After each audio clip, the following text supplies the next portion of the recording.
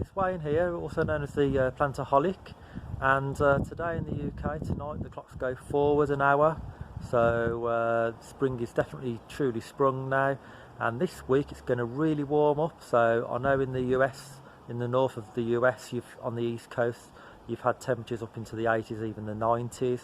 It's not going to be quite as warm here, but we should reach the low 70s, so 21 degrees or higher, which is amazing for the UK in March, potentially record breaking. So I'm going to uncover my Musa basjoo banana. I'm also going to show you around what I've been up to in the past few weeks, and give you an update on my propagator, my bulbs that I got a couple of weeks ago, and also I'll hint at a future project and see whether you can guess what it could be.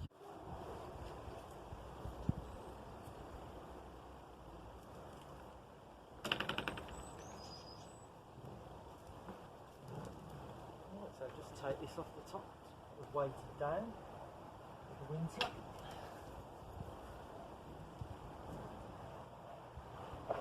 No signs of green shoots from the top as yet.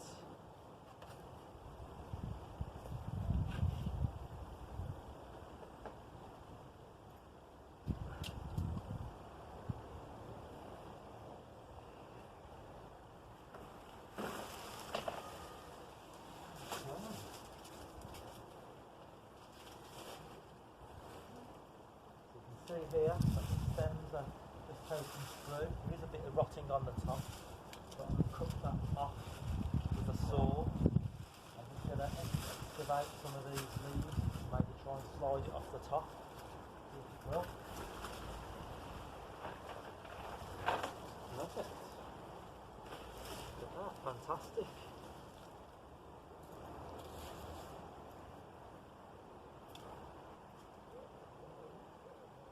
So the trunk there is quite green there, which is great.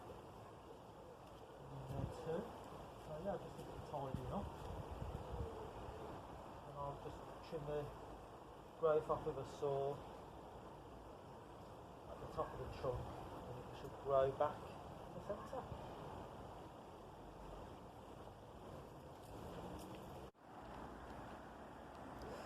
So you can see on the top of the trunks I have lost the growth at the top. We did have -6 here, so the cold did obviously penetrate the leaves inside, but obviously I can cut the tops off, like I say, with a saw. So I'm going to cut off the top first. If I think it's not enough, I'll then lower it, but of course what I'm trying to do, I'm trying to keep as much of the top as I can to make a bigger trunk. And you can see inside, look there, that's a growing point which I've cut off. No worries, because obviously let's see, there's a worm there, look, coming out.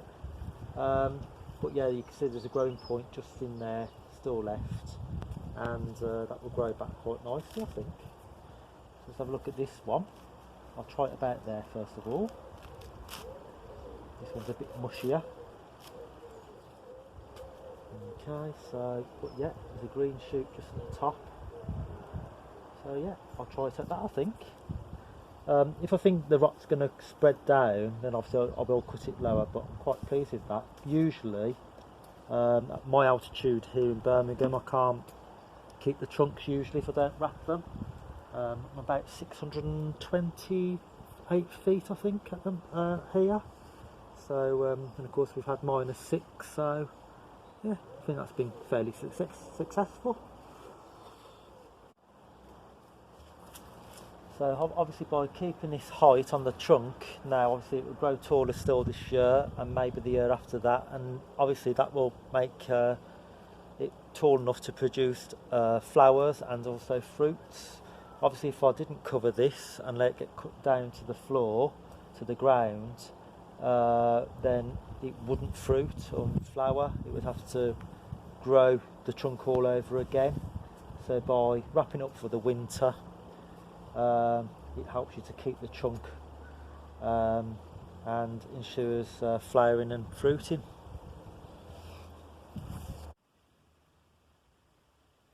Okay, so an update on the bulbs that I got and corms that I got from Farmer Gracie 2 weeks ago. put in my propagator. You can see now that some of them are starting to show good signs of growth. So Colocasia Black Magic there, doing quite nicely, and Alocasia Adora there. I was concerned that they were getting a little bit too wet, so I've made sure that they've dried out in between waterings. And in fact yesterday, or the day before, just gave them a very light watering. I let them go quite dry. It's better to keep them on the drier side really, to prevent rotting, and then increase the watering as the growth increases. Okay, so over the past few days I've been painting the fence, as you can see, and this colour is called Forest Oak, and it's quite dark but also quite jungly. It replaces the autumn gold fence that I had before, which is what we had when we first moved in the house, which is more of an orange colour, and I didn't particularly like it. But I do like this rustic look. It's more jungly. Obviously I will paint the decking later on, probably in May, but it's a good backdrop to the Brahia palm, as you can see, and the cordyline pink passion. So I haven't painted all the fence yet. I need to do this bit here, obviously, which is still orange or autumn gold. Once the acacia tree has finished flowering, I'll coppice that next month in April, and the same with the eucalyptus gunnii next to it, and then I'll repaint the fence then. But as you can see, I've actually painted the shed as well, so we'll have a walk down. Some lovely euphorbias in flower at the moment, absolutely stunning. Very drought tolerant, shade tolerant, as well as sun tolerant. I did plant them in the border next to me, but they're actually self-sowed here in the gravel underneath the conifer hedge. Absolutely stunning. So I've got some crocus come up in the lawn too. They've been lovely in the sunshine the last few days. And there's also a leftover forsythia, which has a nice splash of colour at this time of the year, of course. Schefflera's looking great, Schefflera taiwaniana. So yeah, you can see I've painted this bit of the fence. Shortly going to repair the bird table, but yeah, the fence looks, the shed, sorry, looks quite good. I still need to re-roof it with some roofing felt. I'll get some brown roofing felt now, and then I might put a thatched roof on top of that to make it more jungle looking, so a bit of a jungle hut. But yeah, I've got rid of the orange shed.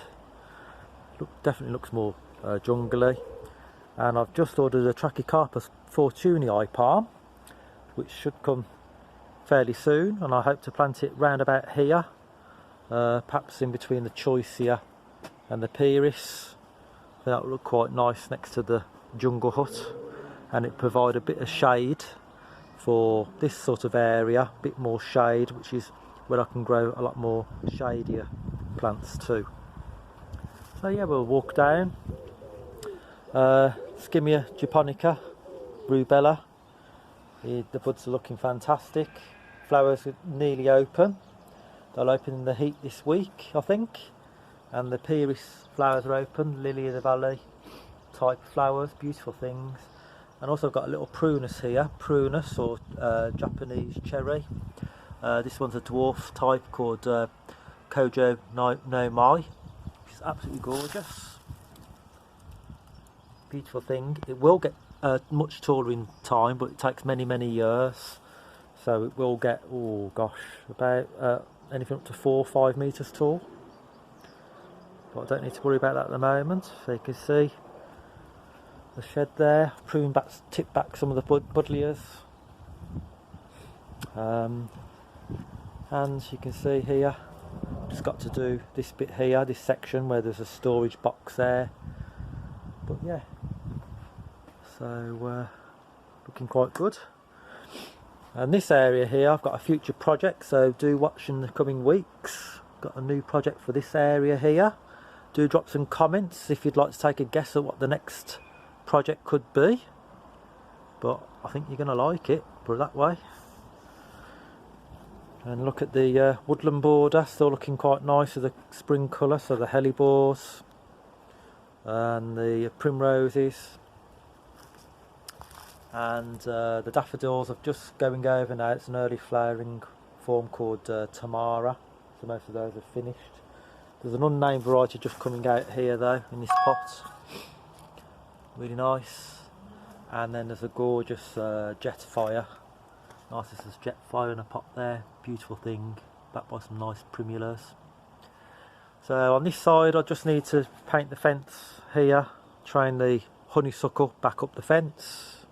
That one's Graham Stewart Thomas, a free flowering honeysuckle, which will clove that. And I'm hoping to put a bench here in time, maybe with an arbour over it to sit under the honeysuckle. But you can see I need to paint this leather fence as well. So I just need a few more days to finish that off before my future project.